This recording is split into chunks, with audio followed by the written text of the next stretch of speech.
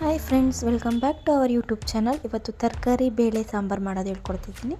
ಈರುಳ್ಳಿ, ಟೊಮೆಟೊ, ಕರಿಬೇವು, ಎಣ್ಣೆ, ತೊಗರಿಬೇಳೆ, ಮಿಕ್ಸ್ ತರಕಾರಿ ಮತ್ತು ಬೀನ್ಸ್ ಕಾಳು.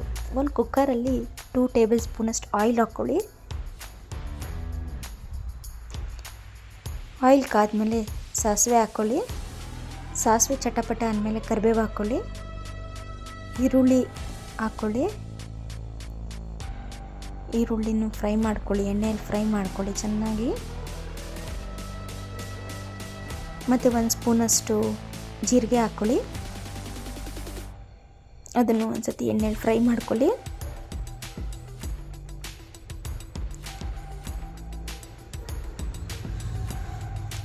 ಟೊಮೆಟೊ ಹಾಕ್ಕೊಳ್ಳಿ. ಟೊಮೆಟೊನು ಎಣ್ಣೆಯಲ್ಲಿ ಫ್ರೈ ಆಗಬೇಕು. ಫ್ರೈ ಆಗಬೇಕು. ಟೊಮೆಟೊನು ಎಣ್ಣೆ ಫ್ರೈ ಆಗಬೇಕು, ಚೆನ್ನಾಗಿ ಫ್ರೈ ಆಗಬೇಕು. ಫ್ರೈ ಆದಮೇಲೆ ಇನ್ನೊಂದು ಸತಿ ಮಿಕ್ಸ್ ಮಾಡಿ.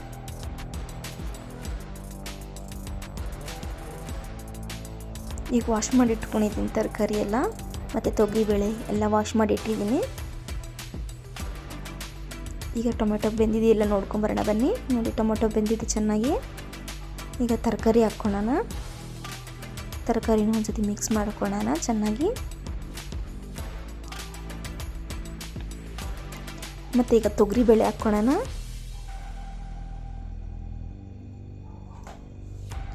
ತೊಗರಿಬೇಳೆನೂ ಒಂದು ಸತಿ ಮಿಕ್ಸ್ ಮಾಡ್ಕೊಳ್ಳೋಣ.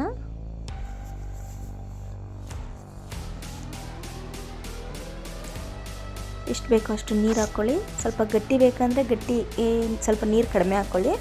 ಸ್ವಲ್ಪ ನೀರು ಸಾಂಬಾರು ಬೇಕಂದರೆ ಒಂದು ಸ್ವಲ್ಪ ನೀರು ಜಾಸ್ತಿ ಹಾಕ್ಕೊಳ್ಳಿ. 3 ಟೇಬಲ್ ಸ್ಪೂನಷ್ಟು ನಾನು ಸಾಂಬಾರು ಪುಡಿ ಹಾಕ್ಕೊತಿದ್ದೀನಿ. ಮತ್ತು ಅಚ್ಚ ಖಾರದ ಪುಡಿ 1 ಟೇಬಲ್ ಸ್ಪೂನ್ ಹಾಕ್ಕೊತಾಯಿದ್ದೀನಿ. ಮತ್ತು ನಿಮ್ಗೆ ಎಷ್ಟು ಬೇಕೋ ಅಷ್ಟು ಉಪ್ಪು ಹಾಕ್ಕೊಳ್ಳಿ, ರುಚಿಗೆ ತಕ್ಕಷ್ಟು ಉಪ್ಪು ಹಾಕ್ಕೊಳ್ಳಿ. ಮತ್ತು ಈಗ ಮಿಕ್ಸ್ ಮಾಡ್ಕೊಳ್ಳಿ ಚೆನ್ನಾಗಿ. ಮಸಾಲೆ ಎಲ್ಲ ಮಿಕ್ಸ್ ಮಾಡ್ಕೊಳ್ಳಿ. ಲಾಸ್ಟ್ ಕೊತ್ತಂಬರಿ ಸೊಪ್ಪು ಒಂದು ಸ್ವಲ್ಪ ಹಾಕ್ಕೊಳ್ಳಿ. ಕೊತ್ತಂಬರಿ ಸ್ವಲ್ಪ ಹಾಕ್ಬಿಟ್ಟು ಇನ್ನೊಂದು ಸತಿ ಮಿಕ್ಸ್ ಮಾಡಿಕೊಂಡು ಕುಕ್ಕರ್ಲಿಟ್ಟು ಮುಚ್ಚಿಬಿಡಿ. 3-4 ವಿಸಿಲ್ಸ್ ಬಂದರೆ ಸಾಕು.